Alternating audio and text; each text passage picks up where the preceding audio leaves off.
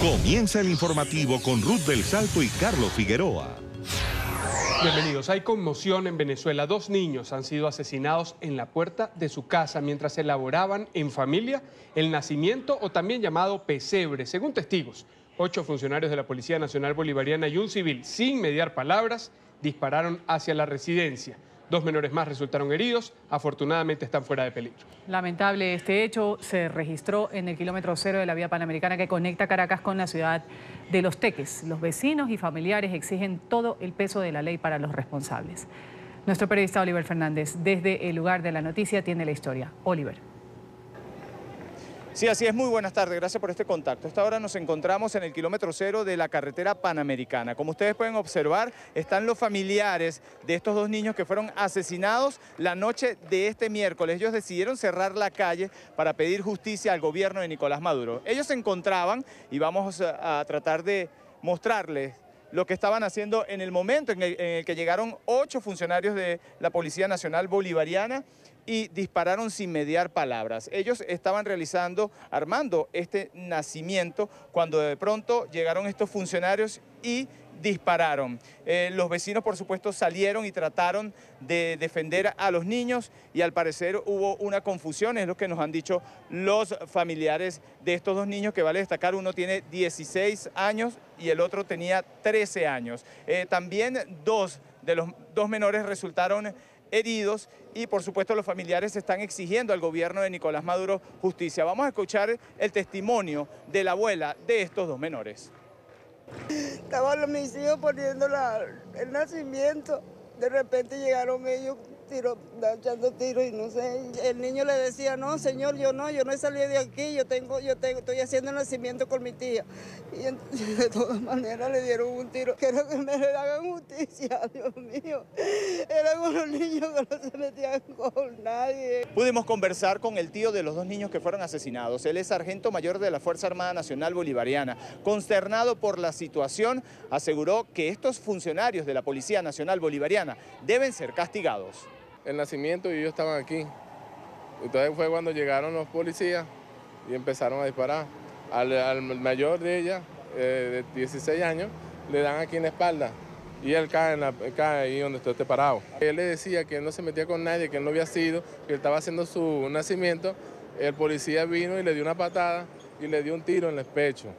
Y después, como estaba hablando, le dio un tiro en la boca, como para que no hablara más. Pudimos entrar a la casa de estos jóvenes. Su abuela nos contó que con sacrificio los estaba sacando adelante. Los 2 estudiaban y eran niños sanos. Él dormía conmigo, el más pequeño.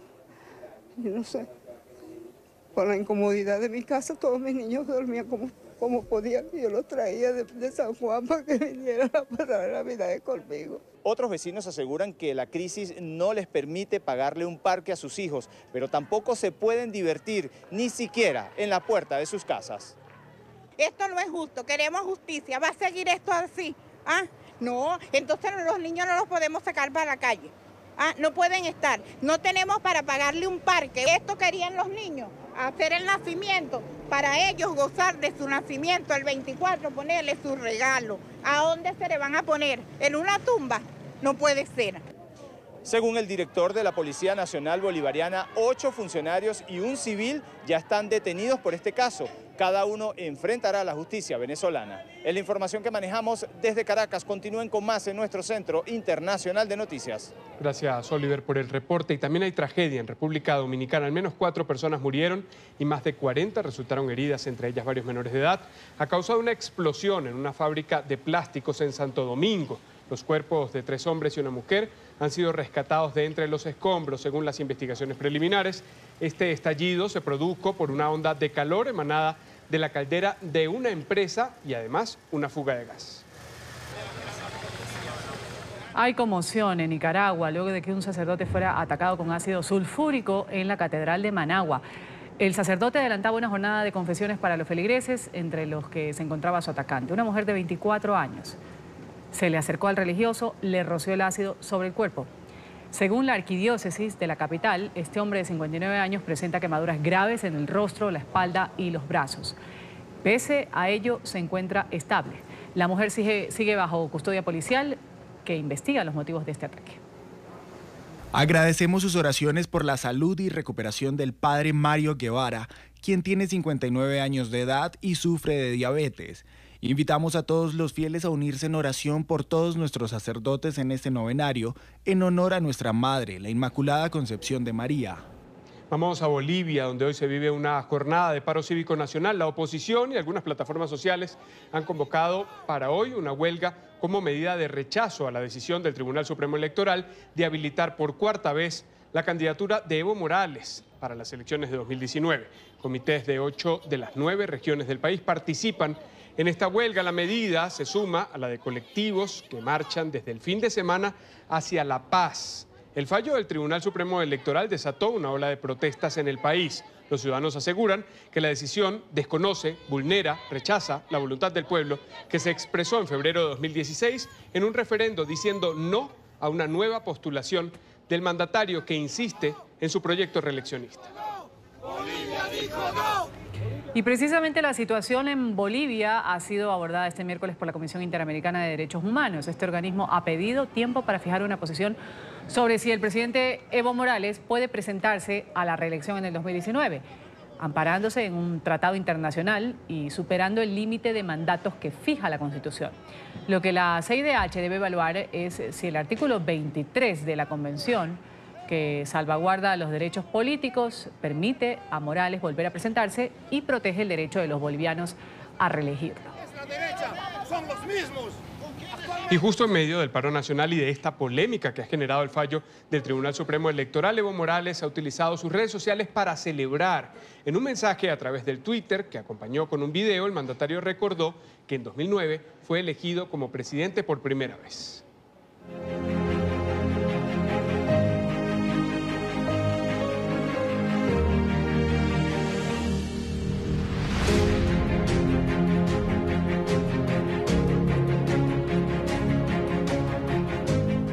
Yo creo en el pueblo boliviano, yo creo en la conciencia del pueblo boliviano, yo creo en otros movimientos sociales del campo a la ciudad para derrotar esas provocaciones que querían retornar al modelo pasado, al neoliberalismo.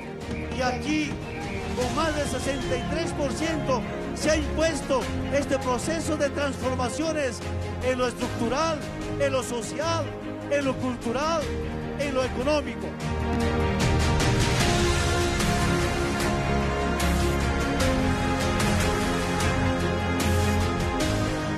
Queridos bolivianos, muchísimas gracias por ese apoyo, por ese respaldo para trabajar por la igualdad y la dignidad de todo el pueblo boliviano.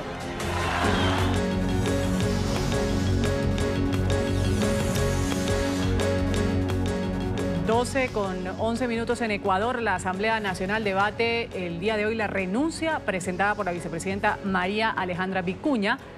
Empieza a analizar además la terna para designar a su reemplazo. Los parlamentarios van a discutir si aceptan la dimisión de Vicuña, que tiene un carácter de irrevocable. El sucesor de María Alejandra Vicuña será elegido por votación y tiene que obtener el voto de al menos 70 de los 137 legisladores que integran la Cámara. Esta mañana, en un encuentro con periodistas, el presidente Lenín Moreno Garcés ha presentado a sus 3 candidatos y ha firmado además el decreto para que el Parlamento inicie el proceso de elección. La terna está compuesta por, en el primer lugar está Otto Sonnenhorsten, que es una persona relacionada con la actividad periodística. Me alegro mucho por el que es economista. Es economista, sí. Ah, es economista. Bueno, a pesar de eso le hemos puesto. Es economista de primer mundo, ¿ah? Y pertenece a él. Y es de AER. Sí. La segunda persona es una persona que ha trabajado muchísimo en el área social, principalmente en el tema de la orientación y la educación de niños con discapacidad en la Fundación El Triángulo, que es la señora Nancy Vasco de Maldonado. Y el tercero es una persona que está muy vinculada al sector educativo. En este momento estaba residiendo en otro país, pero entiendo que está dispuesto, si es que así lo determina la Asamblea, a venir a servir al Ecuador. Él está en México actualmente, ¿no? Es Agustín Albán. Personas bastante conocidas, 2 de ellos guayaquileños, una persona quiteña, pues, y ya es cuestión de la decisión que tome la Asamblea Nacional. Voy a firmar el decreto en este momento para que la Asamblea nos ayude a escoger a la mejor persona. Y esta mañana, en esa misma locución, el presidente Lenín Moreno dijo que el camino está listo para que Julian Assange abandone la embajada de su país en Londres. El mandatario reconoció su desagrado por la presencia del fundador de Wikileaks en la sede diplomática en el Reino Unido, donde se encuentra refugiado desde hace más de 6 años. Ecuador ha estado conversando con el gobierno británico para asegurarse de que Assange no sea extraditado a un tercer país, donde correría peligro su vida si abandona la embajada. Lenín Moreno ha dicho que la presencia de Assange durante 6 años ya es demasiado. Aseguró también que el gobierno británico ha enviado un comunicado oficial indicando que su constitución impide extraditar a una persona a un país donde su vida corra peligro. Assange se refugió en la embajada ecuatoriana en Londres en el 2012 ante el temor de ser extraditado a Suecia, en donde enfrentaba acusaciones por delitos sexuales. Este australiano teme además ser extraditado posteriormente a Estados Unidos tras publicar información reservada de Washington, donde según él le espera una condena a muerte.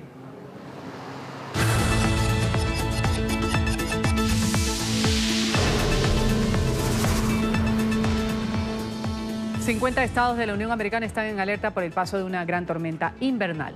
Bajas temperaturas, lluvias, fuertes nevadas se van a registrar este fin de semana de costa a costa en Estados Unidos. Alerta en Estados Unidos. Los servicios de meteorología de la Unión Americana advirtieron sobre una ola invernal que afectará a 50 estados. En algunas zonas las temperaturas podrían caer debajo del punto de congelación. En general, las temperaturas serán de 10 a 20 grados por debajo del promedio.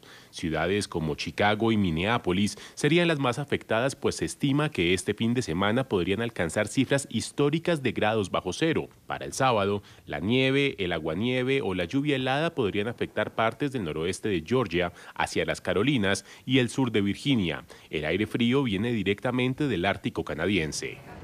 Familiares y líderes políticos dan el último adiós a George Bush padre en Texas. El féretro con los restos mortales del exmandatario de Estados Unidos regresó a Houston, donde hoy le darán cristiana sepultura en la biblioteca presidencial de la familia junto a la tumba de su esposa Bárbara. Justamente esta ceremonia religiosa que precede el entierro se lleva a cabo a esta hora en la iglesia episcopal San Martín, lugar al que acudía con regularidad el exmandatario junto a su esposa fallecida en abril de este año. George Bush fue un gran miembro de la mejor de las generaciones. Mientras nos reunimos aquí para saludarlo, su servicio increíble a esta nación y al mundo ya están marcados para siempre en el mármol del tiempo. Después de convertirse en el aviador de la Marina más joven, sirvió en posiciones de cada vez mayor responsabilidad en nombre de su país: congresista, embajador en China y en las Naciones Unidas, director de la CIA y vicepresidente. Después, como la historia lo recordará fielmente, se convirtió en uno de los mejores presidentes de esta nación. Y, más allá de cualquier duda, el mejor presidente de un solo término. Otro tema, el senador republicano Marco Rubio recordó al nuevo presidente de México, Andrés Manuel López Obrador, que el régimen de Nicolás Maduro representa una potencial amenaza para la región. En conversación con el programa La Tarde de NTN 24, Rubio instó al mandatario mexicano a abogar en defensa de los derechos humanos de los venezolanos. No creo que él sea alguien, yo no he visto, ¿no?, alguien que simpatice con Maduro, pero sí creo que es alguien que ha decidido retornar a esa tradición de la política exterior de México de no interferir en los asuntos de otros países. Lo que yo le diría, ¿no?, como aliados que somos al gobierno mexicano, es que el impacto que tiene Venezuela, más allá de Venezuela, está amenazando a Chile, a Perú, a Brasil y obviamente a Colombia con esta crisis migratoria que ha creado y que eventualmente puede impactar a México también. Así que es una amenaza regional, no simplemente una amenaza al pueblo de Venezuela. A favor de la transparencia, ese ha sido el mensaje de hoy del presidente de México, Andrés Manuel López Obrador. En la conferencia matutina, el jefe de Estado ha abordado la investigación que se adelanta en el país sobre el caso Odebrecht. El mandatario fue cuestionado por las pesquisas luego de que una jueza concediera un amparo al exdirector de Pemex, Emilio Lozoya, que obliga a la Fiscalía Especializada para la atención de delitos electorales a pronunciarse de nuevo en este caso. López Obrador ha dicho que su administración está a favor de la transparencia, pero que va a cuidar que la Procuraduría no dé informaciones que favorezcan a los implicados en esta investigación. Hay instrucciones en lo que a nosotros corresponde de que se den todos los informes y estamos a favor de la transparencia. Lo único que se tiene que cuidar es no dar motivo para que, si la Procuraduría da información, esto sirva a los implicados como prueba de que no se está siguiendo el proceso debido. Hacemos la primera pausa en el informativo y al volver en Chile, los empleados fiscales han convocado a una nueva jornada de paro. Con esto y más regresamos. Ya regresamos con el informativo.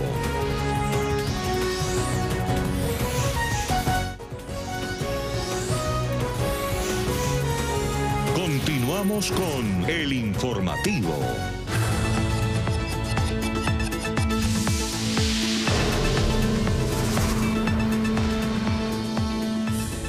Estados Unidos y Corea del Sur exploran caminos para avanzar en las negociaciones para que el régimen de Pyongyang abandone su plan de desarrollo de armas nucleares. Para este propósito ha sido convenida una reunión entre el secretario de Estado Mike Pompeo y su homóloga surcoreana. La reunión va a ser clave para la definición de una hoja de ruta que pueda conducir a mayores acuerdos con Corea del Norte, en particular luego de que Washington cancelara los últimos contactos directos que había previsto con representantes del régimen de Kim Jong-un en Nueva York. Nuestro periodista Alejandro Rincón tiene la noticia. Alejandro, adelante.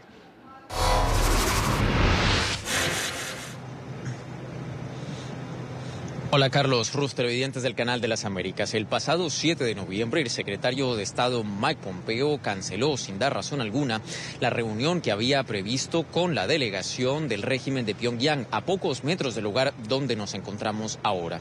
Fuentes del mundo diplomático, sin embargo, aseguran que la falta de una hoja de ruta para avanzar en la implementación de lo acordado entre Donald Trump y Kim Jong-un en Singapur el pasado mes de junio sería la razón detrás de esta cancelación. Es en este contexto que es tan importante esa sesión prevista para este viernes entre el secretario de Estado Mike Pompeo y su homóloga de Corea del Sur para buscar nuevos caminos que avancen en la desnuclearización de la península de Corea. No en vano, este tema sigue siendo una prioridad de la administración Trump en materia de política internacional. Un propósito que al mismo tiempo choca con una controvertida decisión y llamado de atención que hacía los Estados Unidos en las últimas horas a Rusia a propósito del programa de misiles balísticos nucleares intercontinentales. En las últimas horas, el secretario de Estado Mike Pompeo dio un ultimátum a Moscú para que en 60 días cumplan lo previsto en ese tratado. Un mensaje al cual ya ha respondido Rusia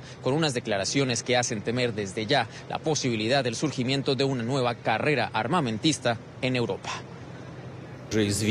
¿Cuál sería nuestra respuesta? Es simple. Si Estados Unidos comienza a fabricar misiles, también desarrollaremos misiles nucleares y convencionales de alcance intermedio. Les recuerdo que este año el Congreso de los Estados Unidos, antes de que se anunciara la intención de salir del tratado, ha asignado dinero para la investigación y el desarrollo de esos misiles. Como siguiente paso comenzaron a buscar a alguien a quien culpar. Y la manera más fácil y familiar para el odio del occidental es culpa de Rusia. Esto no es cierto. Estamos en contra de la destrucción del tratado, pero si esto sucede, reaccionaremos en consecuencia. Está por verse hasta dónde sigue escalando el nivel de lenguaje y de cruce de palabras entre Moscú y Washington, en particular por estos tratados o acuerdos para que no haya más desarrollo de misiles nucleares de alcance medio, así como por ahora está por verse cuál es el producto de ese importante encuentro entre el secretario de Estado de los Estados Unidos y su homóloga surcoreana. Determinaciones que serán claves para el futuro de todo este proyecto de negociación nuclear con Pyongyang. Es todo lo que tenemos para ustedes por ahora. Continúen con más en el informativo. Gracias, Alejandro. En Argentina, colectivos feministas y agrupaciones sociales, políticas y sindicales Han vuelto a las calles de Buenos Aires bajo la consigna Ni una menos. Protestaron contra un fallo judicial porque 3 hombres han sido absueltos en la causa por la muerte de una adolescente. Ellos han reclamado que la justicia no deje en la impunidad el crimen de la joven, que fue perpetrado en el año 2016 en la ciudad de Mar del Plata. No están perdidas, son desaparecidas para ser prostituidas. Miles de mujeres marcharon en Argentina el miércoles en repudio de la absolución de 2 hombres acusados de drogar, violar y matar a una adolescente en 2016 en Mar del Plata. La terminaron de violar los jueces. Los jueces la violaron con la condena que dieron. Matías Farías, de 25 años, y Juan Pablo Fidani, de 43, habían sido imputados por abuso sexual, seguido de muerte de la joven Lucía Pérez, de 16 años. La semana pasada, un tribunal integrado por 3 hombres los condenó solo a 8 años de prisión por venta de estupefacientes. Y el tercer acusado, Alejandro Maciel, de 61 años, fue absuelto. Por eso volvemos a exigir justicia, a decir que vamos a seguir enfrentando esta justicia patriarcal. La muerte de Lucía en Mar del Plata, 400 kilómetros al sur de Buenos Aires, quien fue abandonada sin vida en un hospital el 8 de octubre de 2016, impactó en la opinión pública y generó el primer paro de mujeres en Argentina, impulsado por el movimiento feminista Ni una menos. Según el tribunal, que se basó en el testimonio de 6 peritos, no se pudo comprobar el abuso sexual ni el feminicidio. En Chile, los empleados fiscales han convocado una nueva jornada de paralización en rechazo a los despidos masivos que se han registrado en los últimos meses en varias instituciones públicas. Los trabajadores aseguran que durante la negociación del reajuste al salario mínimo para el 2019, el gobierno del presidente Sebastián Piñera se había comprometido a garantizar la estabilidad laboral. Vamos a saludar en Santiago de Chile a nuestro periodista Juan Pablo Monsalve, que tiene la información. Juan, adelante. Hola, ¿qué tal, televidentes de NTN 24? Pues efectivamente a esta hora se viven en minutos de tensión acá frente al Palacio de la Moneda en Chile por cuenta de esta protesta de los trabajadores estatales. Vamos a mostrarles lo que está ocurriendo. Son miles de funcionarios públicos que han decidido salir a manifestarse en la Plaza de la Constitución, en el lugar donde estamos. A esta hora Fuerzas Especiales de Carabineros pues se ha desplegado también hasta esta zona para retirar a los manifestantes. Insisten en que esta marcha no está autorizada y que obviamente pues esto tiene que ser despejado cuanto antes. Vamos a tratar de hablar con algunas de las personas que están protestando en este momento. Su nombre, por favor. Queremos preguntarle, están manifestándose, ¿qué le piden al gobierno del presidente Sebastián Piñera y qué opina de este despliegue de fuerzas especiales? Mira, nuestra movilización responde a un hecho que derechos adquiridos que habíamos tenido hace mucho tiempo de bonos, hoy día se nos están restando. Nos están reajustando en un compromiso que hizo de homologar entre Junji e Integra, no lo está cumpliendo, que lo firmamos en el año 2014. Aquí hay muchas tías, muchos jardines infantiles que no están las educadoras porque no las contratan y el trabajo lo tienen que hacer los técnicos. Nuestra demanda es mejorar la educación de Chile y hoy día estamos coartadas por este gobierno. Hacemos un llamado a la señora Cecilia Morel, presidenta de la Fundación Integra, que intervenga en este conflicto, porque las mujeres de Integra no vamos a atravesar. Hoy día el Ministerio de Hacienda nos está dando un reajuste miserable. ¿Quieren educación de calidad? No la están dando. Primero los niños, mentira.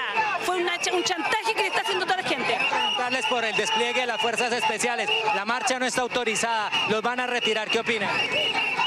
Tenemos que salir. Lucharemos hasta las últimas consecuencias. No bajaremos la retaguardia. Le decimos a este gobierno que hoy día ha dicho el presidente de la República que su prioridad es la educación inicial, pero no pasa nada con las trabajadoras y trabajadores íntegras. Hoy día tenemos 4 días sin atender a nuestros niños. Son niños de escasos recursos, son niños vulnerables. Ya está bueno, basta. El llamado es a la señora Cecilia Morel, presidenta de la Fundación, que intervenga en este conflicto. Bueno, muy bien, esta es la información que podemos entregarles a esta hora.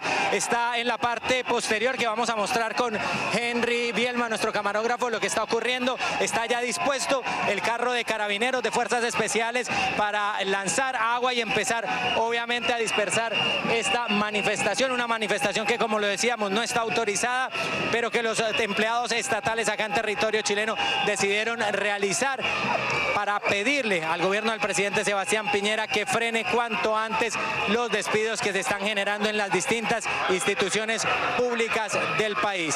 Esta es la información que podemos entregarles a esta hora desde la capital chilena. Los dejamos con las imágenes de lo que ocurre a esta hora en la Plaza de la Ciudadanía. Hacemos una nueva pausa en esta emisión de noticias y cuando regresemos vamos a hablar, entre otras noticias, del frente frío que azota el noreste de China y que nos deja esta espectacular imagen.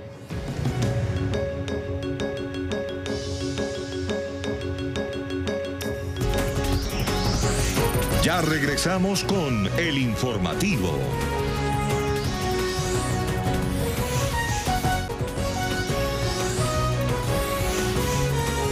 Continuamos con el informativo.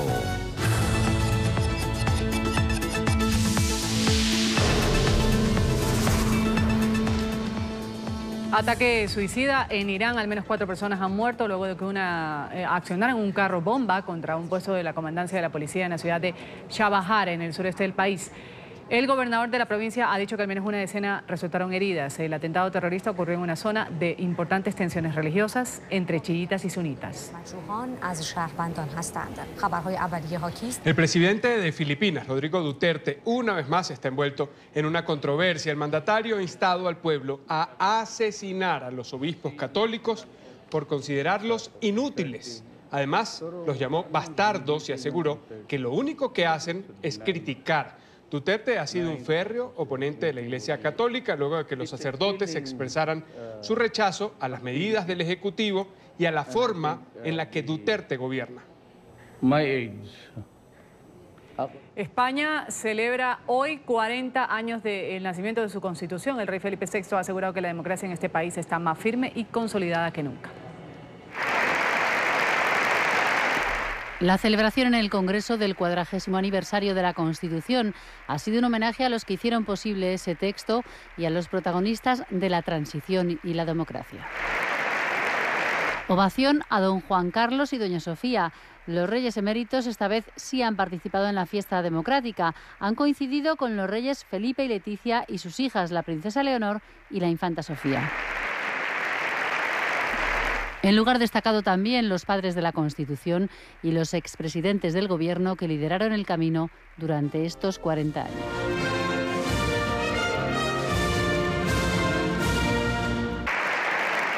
Don Felipe, ante las Cortes, ha reconocido el papel de su padre, el rey Juan Carlos I, para impulsar la democracia. Una monarquía parlamentaria en el seno de una democracia que impulsó mi padre, el rey Juan Carlos I, de forma tan decisiva y determinante durante aquel periodo trascendental de nuestra historia, y siempre, junto a él, el apoyo permanente y comprometido de mi madre, la reina Sofía.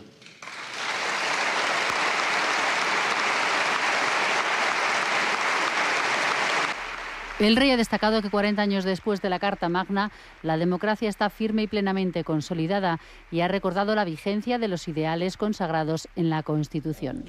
Para progresar con seguridad y confianza, para evolucionar, hemos de sumar ese inmenso patrimonio de libertades, derechos y bienestar que hemos conseguido a la voluntad de ir adaptando y amoldando nuestra manera de hacer y de vivir a la realidad de cada momento. Con espíritu crítico, pero también y siempre constructivo. Solo así podremos abrirnos al futuro con garantías y solidez, con ilusión y esperanza. El aniversario de la Constitución ha reunido a diputados y senadores en la Cámara Baja. Faltaban representantes nacionalistas y de grupos de izquierda. Sí estaba Unidos Podemos, con distintivos a favor de la República en su solapa. La protesta de los chalecos amarillos continúa, obligado ahora a paralizar el fútbol en Francia. Así es, como lo indicas, los partidos más importantes de la Liga 1 han sido suspendidos a pedido de las fuerzas de seguridad, que deben movilizarse para contener las masivas manifestaciones programadas para el próximo sábado. Se agrava la situación en Francia. Las medidas tomadas por el gobierno de congelar el aumento de los precios de los carburantes no son suficientes para un pueblo enfurecido. El primer ministro, Édouard Philippe, anunció una suspensión de los impuestos previstos durante todo el 2019. El pueblo no quiere una postergación, exige una eliminación. Las manifestaciones siguieron multiplicándose este jueves. Estos son los enfrentamientos entre los estudiantes que decidieron bloquear sus centros educativos y las autoridades en la ciudad de Nantes. La solidaridad con el movimiento de los chalecos amarillos también se vivió en la capital. Los líderes del movimiento reconocen que solamente Emmanuel Macron en persona podrá poner fin a la cólera social, reconociendo la derrota de sus planes fiscales.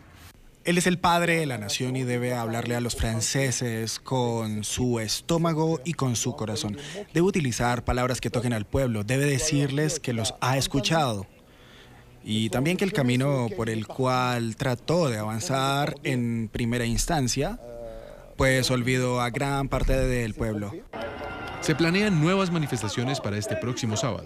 El gobierno teme una nueva explosión de violencia, pero hasta el momento mantiene la misma línea. El gobierno va a movilizar medios excepcionales que se van a agregar a los 65.000 fuerzas de seguridad que ya están desplegados en todo el país. Continuaremos llevando ante la justicia a las personas que sean sorprendidas en flagrantes delitos. Haremos pruebas de firmeza y combatiremos el odio y la violencia que se está expresando en las calles. La derecha pide al gobierno medidas extraordinarias para controlar los desmanes. Hay temores para el próximo sábado, son temores fuertes. El Palacio del Elíseo dice que teme incidentes violentos. Nos dicen que las fuerzas del orden también tienen ese temor. No comprendería que no se tomen las medidas necesarias. El presidente tiene que adoptar el Estado.